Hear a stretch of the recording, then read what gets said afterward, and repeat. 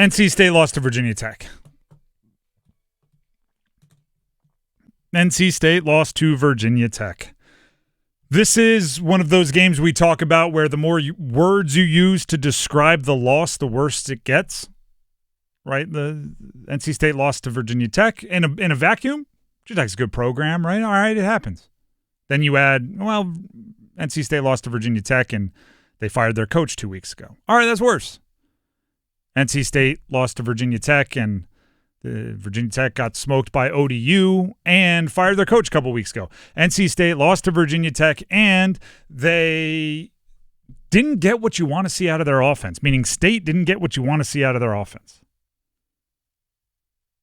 Matter of fact, that is something that I think, again, makes it worse.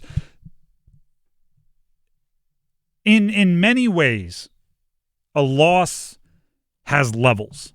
Okay, and we talked about this with the Panthers. I don't like that Dave Canales is on repeat after losses, right? I don't like that he reacts to a 1-point loss against the defending Super Bowl champions in the same way he does a 40-point loss to a team that was drafting super high last year. I don't like that, right? You have to be able to express your displeasure in a way that creates urgency. This loss was extra bad for State for a bunch of reasons, and not all are attributed to, well, Virginia Tech was in a bad place and you should have been able to take care of it. Although, don't get me wrong, Virginia Tech is in a bad place, and they were playing at your house at night, good atmosphere, clear skies, the weather didn't end up being a thing, and you still couldn't make it happen. But it's also the way your offense has looked over the first month. Through the first third of a season, State had been just proving to us over and over and over again that their offense has dudes. C.J. Bailey is a good quarterback.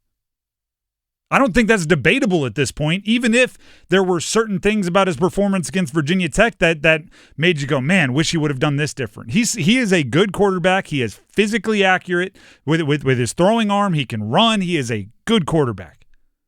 Hollywood Smothers might be a great running back at this point. Justin Jolie might be a great tight end at this point. Some of those wide receivers on any given night can pop off, and then they have speed. Wesley Grimes, Terrell Anderson, they have experience in like they're a good offensive unit. And so when it doesn't show up, it's that much more painful because you know it's there. By the way, I didn't say this at the top of the segment, but I'll give you all the update. Monday's sound off at 4:15. If you want to vent in the way I'm getting to vent right now about NC State, 4:15. We'll give you the phone number at that time. You can vent about Panthers, State, whatever you want to vent about. You get to pick the topics. So there is a loss. This is what it all boils down to for me. There's a loss for NC State against Virginia Tech. I was there. I felt the wind come out of their sails a few times. It is a palpable, tangible, excruciating loss. And then you get into the way that they're reacting to it. And there is a specific quote from Dave Doeren that is going viral. And it is, do we have the negative? Yes, we do. Here's Dave Doeren, and I'll break down the part that's going viral after you hear it. Dave Doeren on his response to the negative outside noise. Other than having to talk to you guys, I don't know that there's noise. I know that there is because that's what our world does right now. But I don't pay attention to any of that. My job is to stay focused on what's going on inside these walls with these young men.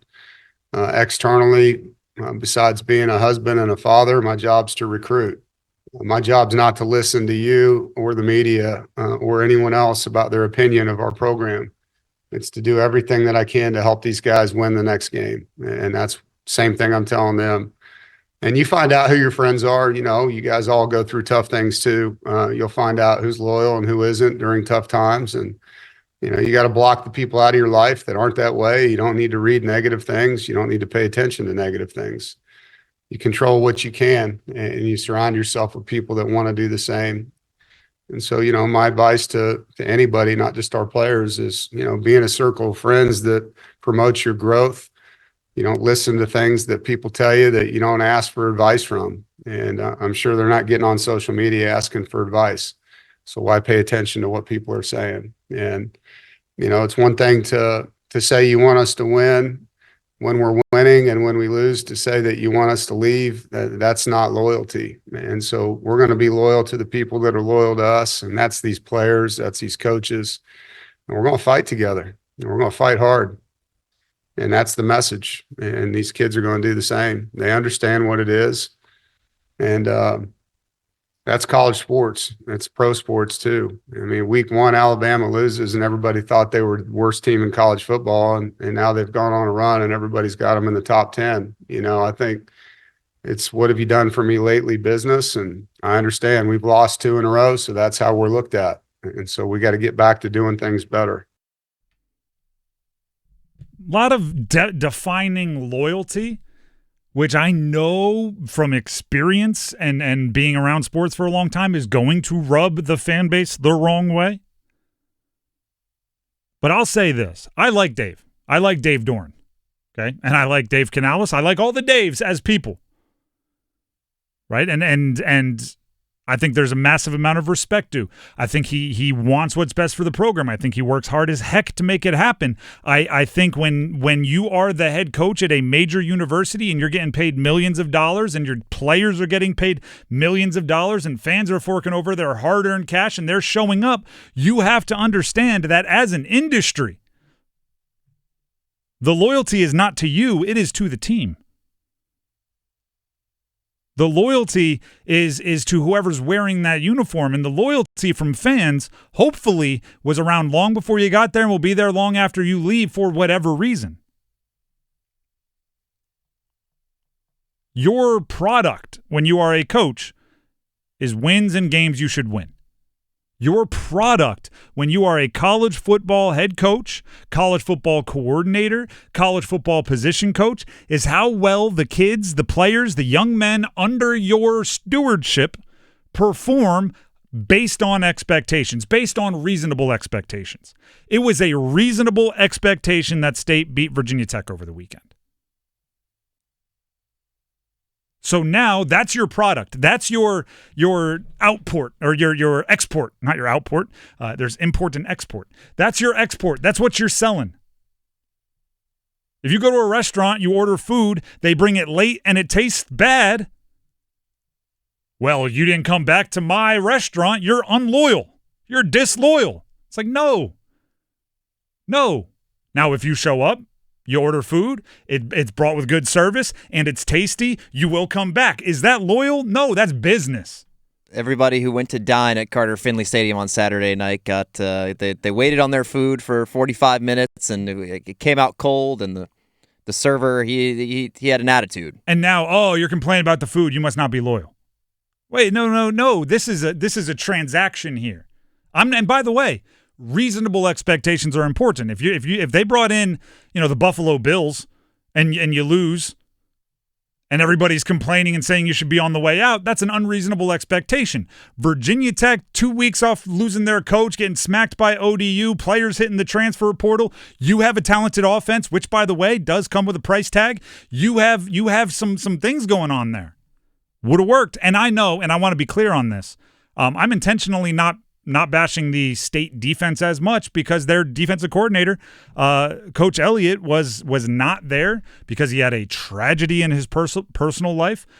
His daughter lost and this is separate from all the football ranting I'm doing. His daughter lost her fight with cancer, and he's away from the team. And reasonable expectations are the defense is going to have some struggles with that. And honestly, comparatively, they got beat on some long runs, but general, it was probably one of the better defensive performances they've had this season. There's some of that also. And I'd put this out there. They are bashing themselves worse than we could, because I know when a coach is going through that, the players want to go out there and play well for him and make plays for him and honor everything the right way. So I'm almost putting a barrier there. There were more reasonable expectations for the offense for NC State that they did not live up to. And to say that no matter what product you're putting out, you have to fully support and defend, or else you're disloyal. I find that a misunderstanding of the relationship. Now, if it's like a family member or one of your good friends and you're a coach, yeah, blind support is what you're looking for. Blind support. I'd throw 4 interceptions in my college career. Come back, my grandparents, my mom, my dad, they're going to be going like, why didn't the receivers make those catches? Right? Like that's what you're looking for there. But that's not the relationship you have with the thousands and thousands of people that buy tickets to watch your team play on a Saturday night. That relationship, there is an expectation. And if you don't live up to your end, they're not just going to give you a free pass like a family member or your best friend from high school would do. Yeah. It's Saturday night. It's homecoming game. You're playing a Virginia Tech team that has struggled. There's a bunch of players who are either like debuting or have played a handful of snaps at this level. And you're a double-digit favorite. You're coming off a loss to a rival. You need to put your best foot forward on the field there. And you can't be upset when fans react negatively when you guys you lay an egg. You laid an egg against an opponent that you should have beaten. Now there's really only one way to react to that loss. Yeah, and you're in year 13, 14 as head coach. I like Dave Doeren. I like the blue-collar attitude he brings to the program. It fits very well with the NC State culture. But at some point you are what you are, and you are the sum of your results on the field. And the result on the field this week was a home loss as a double-digit favorite to Virginia Tech. And to be clear, if Virginia Tech didn't fire their coach, if they still had Brent Pry, if they didn't have those transfer portal entries, if they didn't lose to ODU, if they were what they hoped to be at the beginning of the year, I still think NC State is more talented. Honestly, Virginia Tech may not have played as kind of inspired and played in that style if they're still under Brent Pry and they're still under the guys that started the season. So.